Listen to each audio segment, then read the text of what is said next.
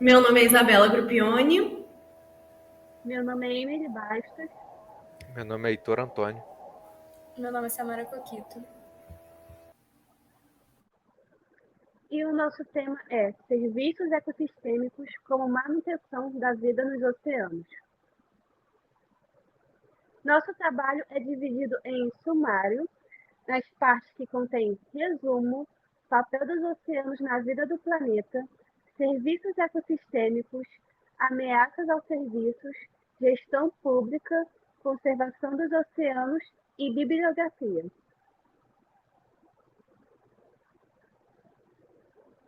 O nosso resumo. O nosso resumo diz que os oceanos cobrem 71% da Terra, regulando o clima e a biodiversidade. E os principais serviços ecossistêmicos: regulação, provisão, cultura, as principais ameaças enfrentadas por eles e estratégias para sua preservação. Agora eu vou falar um pouco sobre o papel dos oceanos na vida do planeta. O planeta Terra ele é composto 80% de água. E isso que permite que ele seja o único planeta no sistema solar que possui vida, né? O oceano ele é responsável pela moderação da temperatura e ele afeta diretamente o clima. Também é importante lembrar que a estabilização do ar atmosférico atual só foi possível por causa dos oceanos, pela existência de um organismo chamado cianobactérias, que foram os primeiros a realizarem fotossíntese, aumentando a quantidade de oxigênio existente na atmosfera. Ele também providencia alimentação, ele cobre depósitos de petróleo, gás minerais e pode ser usado como fonte de energia pelos ventos e correntes de água. E os organismos que habitam nele possuem componentes capazes de melhorar a saúde humana. Por exemplo, a espirulina, que é usada como suplemento alimentar. Os serviços ecossistêmicos são os benefícios que a natureza proporciona para a população. Eles podem ser classificados em regulação e manutenção, provisão e cultural. Os serviços de regulação e manutenção são as da capacidade do oceano de regular as condições climáticas para que o ecossistema continue em equilíbrio. Um exemplo dele pode ser citado o ciclo hidrológico, que promove uma interação entre a atmosfera e o solo, reciclando a água e os nutrientes. Os serviços de provisão, eles são os alimentos e os bens que o oceano fornece para os seres humanos. Como exemplo, a pesca, que é responsável aí pela alimentação de grande parte da população. O serviço ecossistêmico cultural são as atividades turísticas e de lazer, como surf e visitação a recifes de corais. Esses serviços ecossistêmicos, eles podem ser afetados por diversos fatores. Situações como o estresse ambiental, mudanças climáticas, contaminantes, aumento do desenvolvimento costeiro, eles podem ocasionar grandes alterações a esses serviços. A pesca, né, como eu falei, é um serviço responsável pela alimentação e sustento financeiro de parte da população. Ela pode ser afetada pela poluição de plásticos e contaminantes que são despejados no oceano por indústrias ou até mesmo pela população costeira. Porque ocorre, com esse despejo, né, ocorre o adoecimento e mortalidade de diversas espécies de peixes. E pode deixar até eles tóxicos, né, fazer mal para a população que está consumindo. Essa situação, ela, além de causar o desequilíbrio do ecossistema marinho, também causa perdas econômicas significativas. A poluição marinha, ela também não afeta somente a pesca, mas também afeta o turismo e a recreação, tendo em vista que A água pode acabar se tornando imprópria para banho, surf e mergulho recreativo.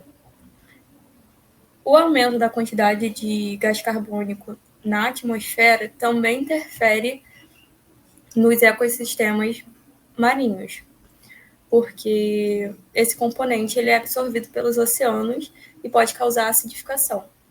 Bom, vou falar um pouco sobre a gestão pública, né? Que é algo muito relacionado com políticas. Falando sobre o oceano, a gente tem muita carência de políticas públicas relacionadas à conservação deles. Então, a gente possui grandes desafios, tipo a pesca predatória, a poluição e a degradação de habitats. Por que a pesca predatória? Por causa que a gente acaba influenciando muito na biodiversidade do local. Então, a gente pescando muito, a gente acaba tirando espécies do local dela e acaba tendo um problema ecológico na região.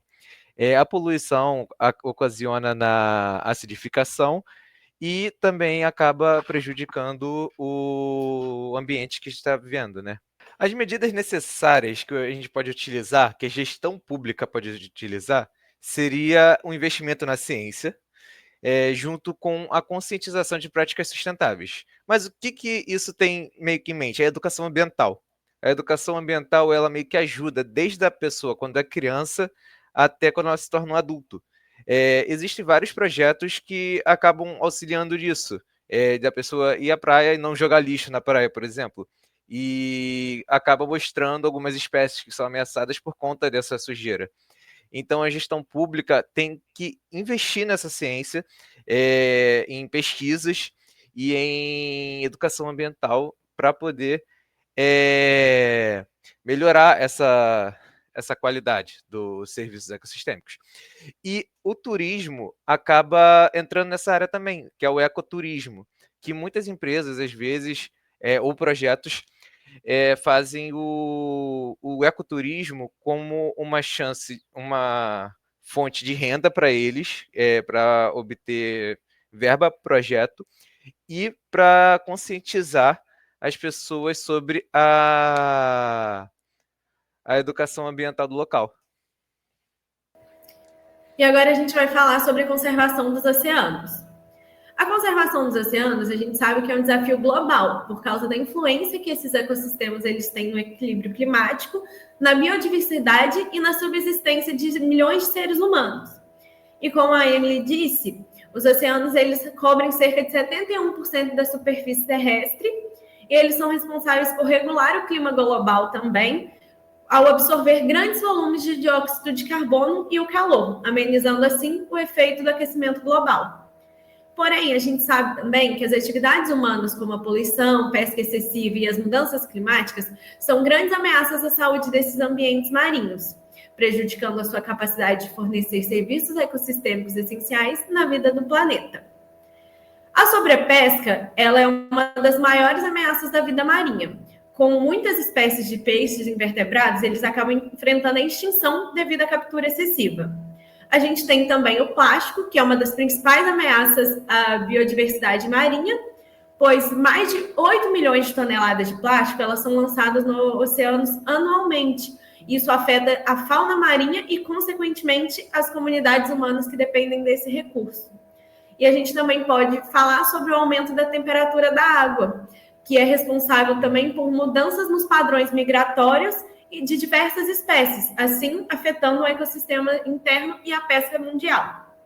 E quais que seriam possíveis soluções? A gente pode falar sobre a implementação de cotas de pesca e a orientação de técnicas pesqueiras, já que essas são fundamentais para garantir que a exploração dos recursos marinhos ela seja realizada de maneira responsável e equilibrada, sem comprometer a saúde dos ecossistemas.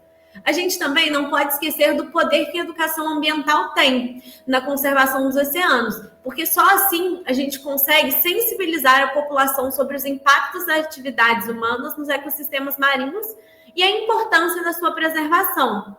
Além de que a conscientização sobre o uso consciente dos recursos naturais, serviços ecossistêmicos e a redução do consumo de plástico, por exemplo, podem contribuir significativamente para a redução da poluição marinha. Então, essas são umas medidas que a gente pode tomar para que esses problemas que a gente vem enfrentando sejam reduzidos E é isso. Nosso seminário. E aqui está a nossa bibliografia.